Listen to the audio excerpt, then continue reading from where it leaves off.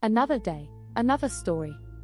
On January 25, 1905, at the Premier Mine in Pretoria, South Africa, a 3,106 carat diamond is discovered during a routine inspection by the mine's superintendent. Weighing 1.33 pounds, and christened the Cullinan, it was the largest diamond ever found. Frederick Wells was 18 feet below the Earth's surface when he spotted a flash of starlight embedded in the wall just above him. His discovery was presented that same afternoon to Sir Thomas Cullinan, who owned the mine. Welcome to Tabo Eminent Channel. Cullinan then sold the diamond to the Transvaal provincial government, which presented the stone to Britain's King Edward VII as a birthday gift. Worried that the diamond might be stolen in transit from Africa to London, Edward arranged to send a phony diamond aboard a steamer ship loaded with detectives as a diversionary tactic. While the decoy slowly made its way from Africa on the ship, the Cullinan was sent to England in a plain box. Edward entrusted the cutting of the Cullinan to Joseph Asher, head of the Asher Diamond Company of Amsterdam. Asher, who had cut the famous Excelsior diamond, a 971 carat diamond found in 1893, studied the stone for 6 months before attempting the cut. On his first attempt, the steel blade broke, with no effect on the diamond. On the second attempt, the diamond shattered exactly as planned. Asher then supposedly fainted from nervous exhaustion. The Cullinan was later cut into 9 large stones and about 100 smaller ones, valued at millions of dollars all told. The largest stone is called the Star of Africa Eye, or Cullinan Eye, and at 530 carats, it is the largest cut fine-quality colorless diamond in the world. The second largest stone, the Star of Africa II or Cullinan II, is 317 carats. Both of these stones, as well as the Cullinan III, are on display in the Tower of London with Britain's other crown jewels. The Cullinan Eye is mounted in the British sovereign's royal scepter, while the Cullinan II sits in the imperial state crown. The Cullinan Diamond, which is often considered the largest diamond ever found, was discovered in 1905. The diamond was named after Sir Thomas Cullinan, the owner of the Premier Diamond Mining Company in South Africa, where it was found. The Cullinan diamond weighed an astounding 3,106 carats, 621.35 grams or about 1.37 pounds, in its rough, uncut form. The diamond was later presented to King Edward VII of the United Kingdom as a gift, and it was eventually cut into several pieces. The largest of these cut diamonds, known as Cullinan Eye or the Great Star of Africa, is the largest clear-cut diamond in the world, weighing 530.2 carats. It is set in the head of the sovereign's scepter with cross, part of the British crown jewels. The discovery of the Cullinan diamond is a fascinating chapter in the history of diamonds and mining. On January 26, 1905, at the Premier Mine in Cullinan, near Pretoria, South Africa, the mine's superintendent, Frederick Wells, discovered a large, rough diamond protruding from the wall of the mine. The discovery was a momentous event, and news quickly spread about the find.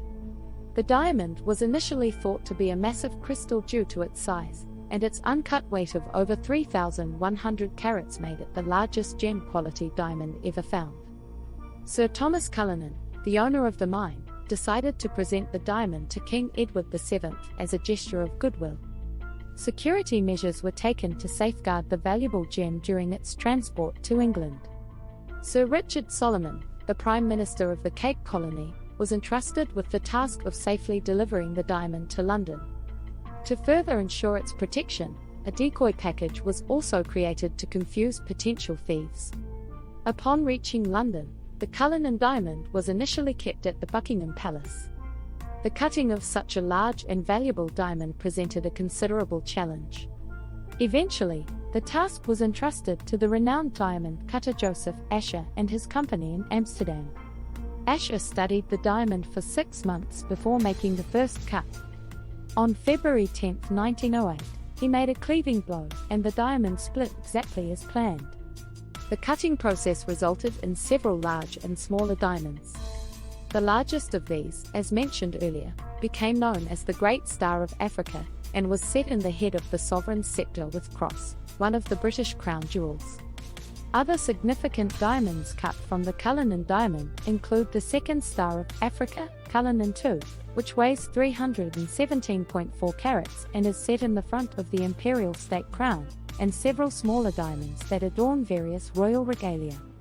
The Cullinan Diamond remains an iconic symbol of both the incredible natural wonders found in the earth and the craftsmanship involved in transforming a rough gem into exquisite jewels that hold historical and cultural significance. Transporting the diamond. Transporting such a valuable and large diamond from South Africa to London was a significant undertaking.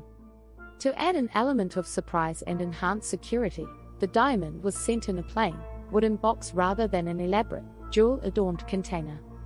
The actual diamond was placed in a small, sealed container within the box. Ownership uncertainty. Upon its discovery, there was initial uncertainty about who owned the diamond. The Premier Mine, where it was found, was jointly owned by Thomas Cullinan and the Transvaal government. There were negotiations and legal discussions about whether the diamond belonged to Cullinan, or if it should be considered a state asset. Risk of damage during cutting. The cutting process, led by Joseph Asher, was not without its challenges and risks. The fear of damaging such a large and valuable diamond was significant. Asher reportedly fainted after delivering the first blow to the diamond, not from the exertion but from the relief that it had split correctly. Division of the diamond. The Cullinan diamond was cut into several large and smaller diamonds. In addition to the Great Star of Africa and the Second Star of Africa, the smaller diamonds were also used in creating various pieces of jewelry. The division and subsequent use of the diamonds in royal regalia added to the historical and cultural significance of the gems. Legend of the unseen flaw. According to a popular legend, Joseph Asher's anxiety about cutting the diamond was not just about its size but also because of a perceived flaw inside. It is said that Asher was so relieved when the diamond split perfectly that he immediately lit a cigar to calm his nerves.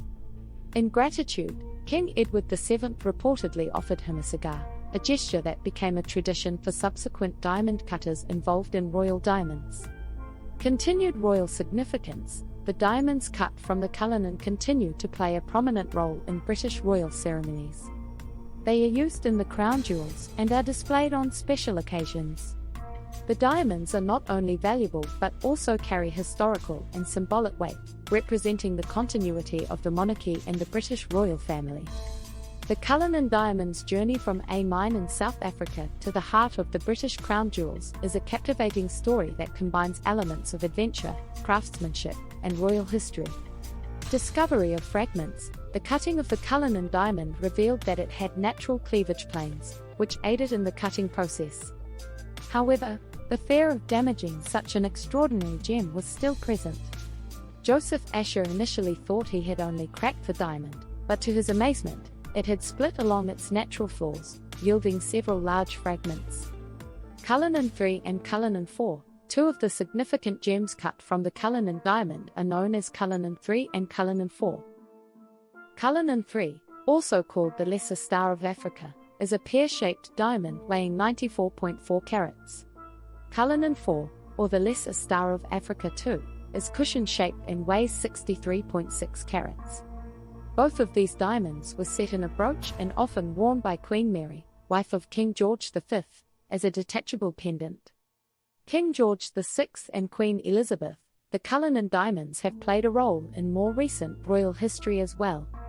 In 1937, Queen Mary had the Cullinan III and Cullinan IV diamonds set into a platinum and diamond necklace, creating a stunning piece of jewelry. Queen Elizabeth II inherited this necklace from her mother, Queen Elizabeth, the Queen Mother, and it has since become one of her signature pieces.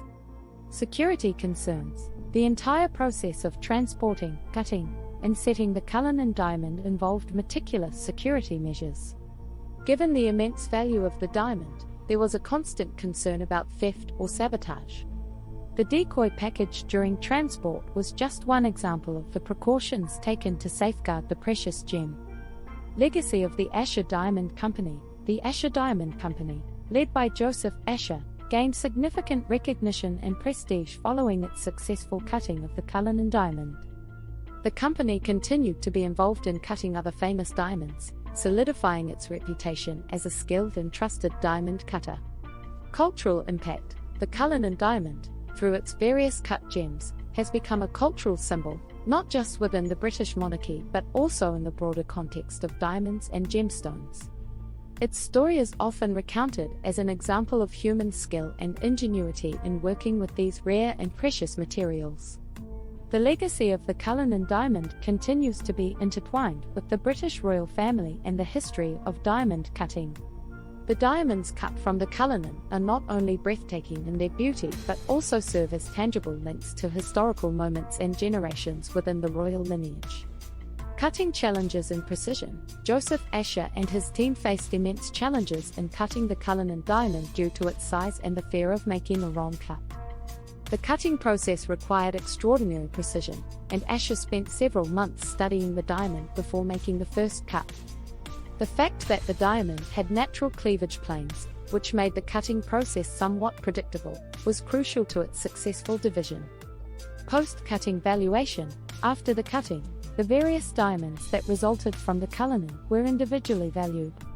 The valuation process involved assessing the size, color, and clarity of each gem. The Great Star of Africa, Cullinan I, was recognized as the largest clear-cut diamond globally, and its value was significant.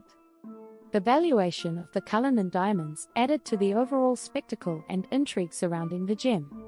Public interest and speculation: the discovery of such an enormous diamond naturally captured the public's imagination.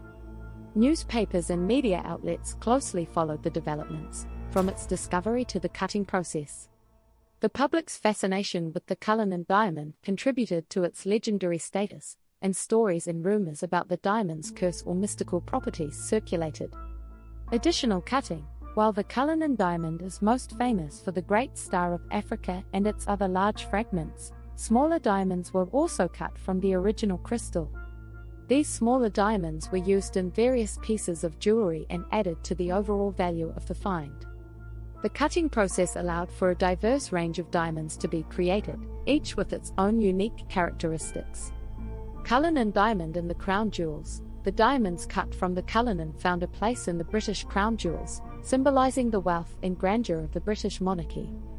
The Great Star of Africa, in particular, became a centerpiece in the sovereign's scepter with cross, an iconic part of the crown jewels that is displayed on formal occasions.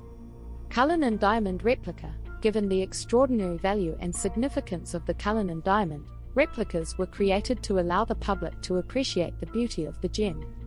These replicas were exhibited in various museums and exhibitions, providing people with the opportunity to see a representation of the famous diamond. Modern exploration and mining: the discovery of the Cullinan Diamond had a lasting impact on diamond exploration and mining. The Premier Mine, where the diamond was found, continued to be a significant source of diamonds for many years. Advances in technology and mining practices were influenced by the historic find. The story of the Cullinan Diamond is a captivating narrative that combines elements of geological marvel, human skill, and royal history. Its legacy endures as a testament to the enduring fascination with extraordinary gemstones and their role in shaping both cultural and natural histories. Thanks for watching. Request you to subscribe the channel.